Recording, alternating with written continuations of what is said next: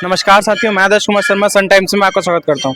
तो जैसा कि हम अभी आए हैं सेक्टर 9 में स्थित श्री दक्षिणेश्वर हनुमान मंदिर में या फिर श्री संकट मोचन हनुमान मंदिर में।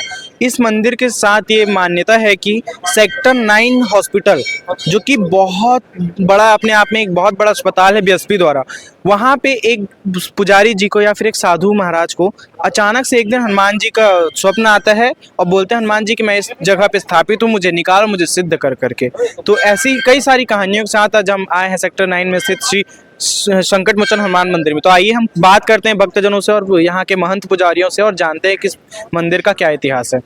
अभी हम बैठे हैं यहाँ के जो मंदिर के हेड पुजारी है या फिर मुख्य पुजारी, उनके साथ। सर, आपका शुभ नाम? पंडित सूर्यकांत तिवारी।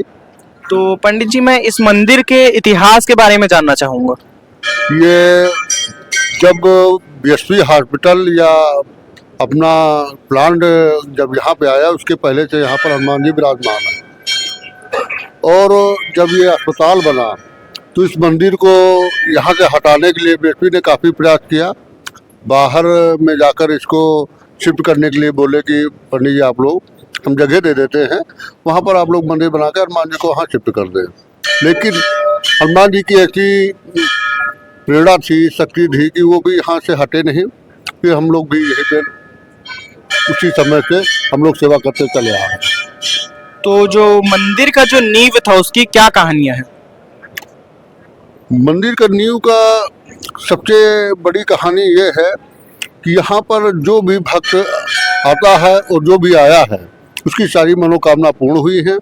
जो इस हॉस्पिटल में जो डॉक्टर ने जिसको जवाब दे दिया है, वो वहाँ से स्वस्थ होके गया है और सारे भिलाई वासियों की मनोकामना पूर्ण होती है। आज भिलाई वासियों के यहाँ बच्चे का जन्मदिन भी होता है तो यहाँ के लोग मानते हैं। तो जैसे कि हमने देखा है कि सुबह के समय यहाँ पे विभिन्न विभिन्न तरीके की पूजा की जाती है। चलती रहती है। यहाँ पर सुबह प्रातः 4 बजे से हनुमान जी का पूजन स्टार्ट हो जाता है। पूजन में अभिषेक है, उनका श्रृंगार है और उसके बाद फिर पूजा की प्रक्रिया शुरू हो जाती है। सुबह 4 बजे से 8 बजे तक। सुबह 4 बजे से 8 बजे तक हनुमान जी की पूजन प्रक्रिया की जाती है। दर्शनार्थियों भक्तों के लिए दर्शन के 8 बजे से शुरू होता है। अच्छा, तो मंदिर में भक्तों की आवाजाही, तो ये मंदिर के खुलने से लेकर बंद होने तक के समय प्रकरण क्या है?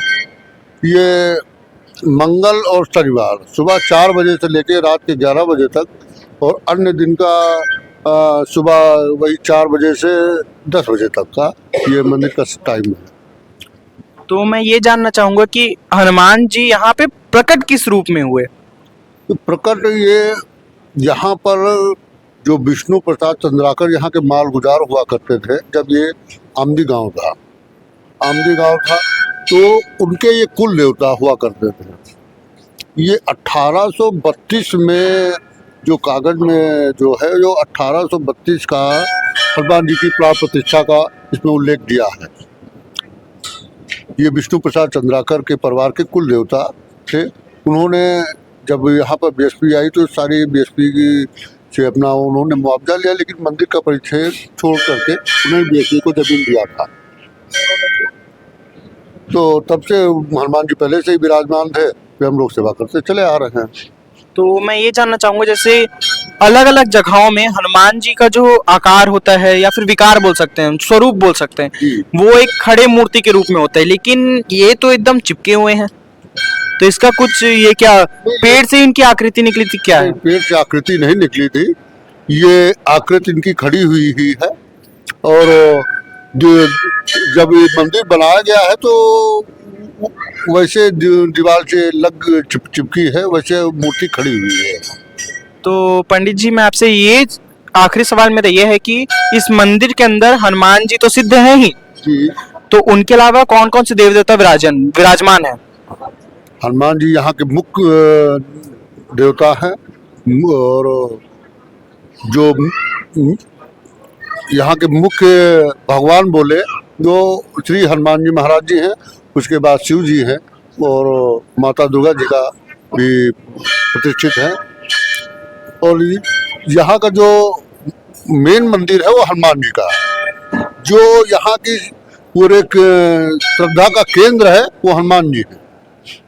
तो मैं अपने दर्शकों के लिए महाराज जी आपसे कुछ और सवाल पूछना चाहूंगा कि हनुमान जी को प्रसन्न करने के लिए व्यक्ति क्या करे जिससे हनुमान जी प्रसन्न हो जाए। हनुमान जी को प्रसन्न करने के लिए उनका सबसे मुख्य उनका चोला है। हनुमान जी का सिंदूर और जो चढ़ाते हैं, सबसे मुख्य उनको प्रसन्न करने के लिए उनको चोला माना गया है। और भाव के तो भगवान सभी श्रद्धा और भाव, जितनी श्रद्धा आपके अंदर है उतने, और मेन उनका चोला है कि जो चोले से, और फिर तो उनका भोग है, प्रसाद है, सारी कई तरीके के वो है। लेकिन हनुमान जी को चोला लगा करके उसके बाद उनका श्रृंगार करके उनका अपने आस्था से विश्वास यथाशक्ति उनकी पूजन करें। तो मतलब हनुमान जी को चोला बहुत प्रिय है। तो हाँ, तो चोला लगाए, सबसे प्रिय उनका सिंदूर का चोला है जिससे वो प्रसन्न होते हैं। एक कहानी उसमें अपने रामायण में है कि सीता जी जब मांग में सिंदूर लगा रही थी तो हनुमान जी ने पूछा कि माँ ये आप क्या लगा रही? तो माता जी ने कहा ये प्रभु को प्रसन्न करने के लिए हम सिंदूर लगाते हैं। तो हनुमान जी ने अपने बोला कि एक चुटकी से सिंदूर में भगवान तो प्रभु प्रसन्न हो सकते हैं, तो मैं पूरे अपने शरीर में लगा लेता हूँ। तो हनुमान जी पूरे अपने शरीर में सिंदूर लगा के प्रभु श्री राम के पास गए।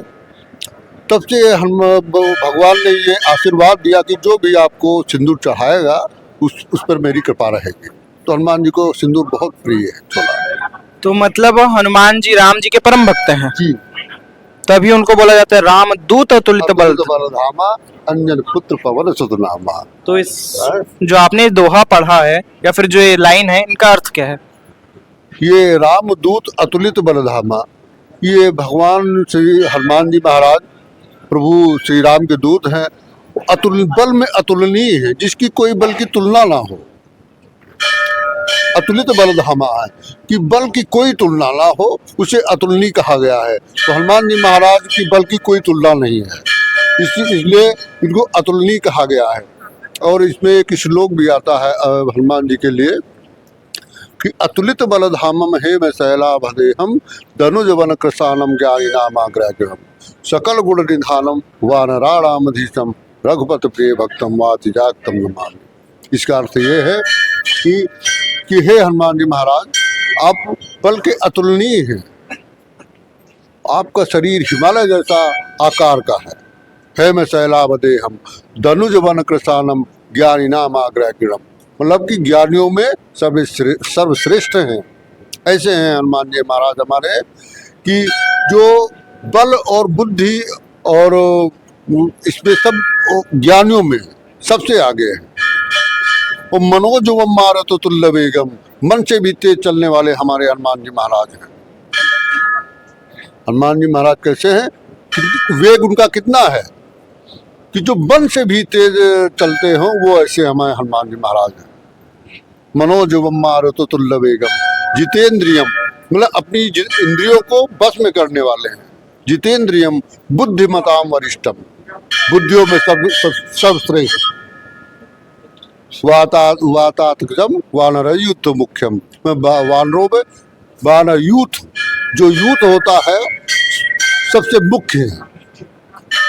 श्री रामदूतम शरणम प्रवदते, ऐसे हनुमान जी महाराज को मैं बारंबार प्रणाम करता हूँ। तो धन्यवाद पंडित जी, आपने अपना समय दिया हमें, और जो हनुमान जी के ऊपर जो इतना हमें ज्ञान चक्षु नेत्र को जो हमारे खुलने वाले जो आपने मत दिया अपना, उसके लिए बहुत बहुत धन्यवाद। तो जैसा इस कलयुग में भगवान हनुमान जी महाराज जी को भगवान श्री राम ने कलयुग का राजा बना गए हैं। इस कलयुग को संभालने में हनुमान जी महाराज ही एक ऐसे जो कलयुग को संभालने वाले हैं। वही एक उसमें इतना बल है जो सबका कल्याण करते हैं। तो मतलब हनुमान जी को राम जी ने आदेश दिया है कि आप कलयुग के राजा हैं और कलयुग के अंत तक जो उनके भक्तगण हैं जी, उनकी रक्षण करें, उनकी रक्षा करें। ऐसा हनुमान जी ने, भगवान श्री राम ने उनको आशीर्वाद दिया। तो मतलब आपके हिसाब से हनुमान जी ही सब कुछ हैं।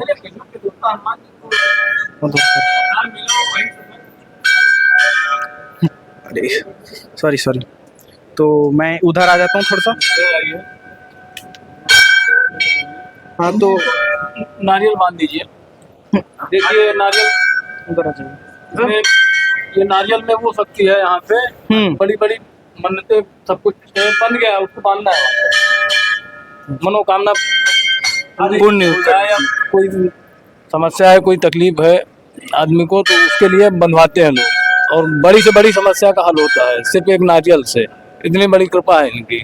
मतलब आप जैसे कि पंडित जी ने हमें बताया कि आप हनुमान जी के शक्ति या फिर उनके बल का इतना से ही मात्र जान लीजिए कि मात्र एक नारियल से, एक नारियल का को बांध के यहाँ मंदिर में समर्पित करने से आपके सभी दुख कष्ट रोग सबका निवारण हो जाता है।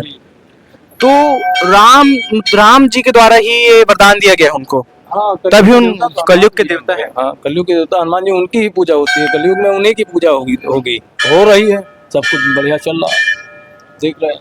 तो हनुमान जी को सप्त चिरंजीवियों में से एक माना जाता है जी। मतलब पुजारी जी का फोटो लगा है जिनका नाम है श्री ब्रह्म स्वर्गीय ब्रह्मलीन पंडित श्री नर्मदा प्रसाद तिवारी जी। तो इनके बारे में थोड़ा वो दीजिए आप। ये परम संत है, इन्हीं की, उनको हनुमान जी का वरदान मिला है। जो आज हम लोग यहाँ पे बैठे हैं, यहाँ पे कोई नहीं बैठ सकता है। ये ऐसा वैसा दरबार नहीं है। हम लोग पुनर्जन्म के जो इतने अच्छे कर्म रहे होंगे, इतने अच्छे नहीं है लेकिन फिर भी पुनर्जन्म के रहे होंगे, तब यहाँ इस स्थान पे बैठने को मिला है। आते हैं, सेवा करने का अवसर मिला है। नहीं कि यहाँ अच्छे अच्छे लोग आते हैं दर्शन करने, पता नहीं कितने आईजी डीआईजी एसपी दिन भर आया करते हैं।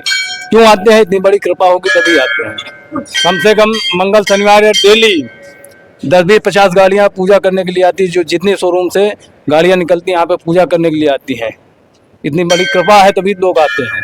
ये उनकी बहुत बड़ी कृपा है, उसकी तुलना ही नहीं की जा सकती। अतुलनीय है। जो महाराज जी ने बताया है, हर चीज उनकी अतुलनीय है, कोई तुलना नहीं की जा सकती। बहुत बड़ी कृपा है उनकी।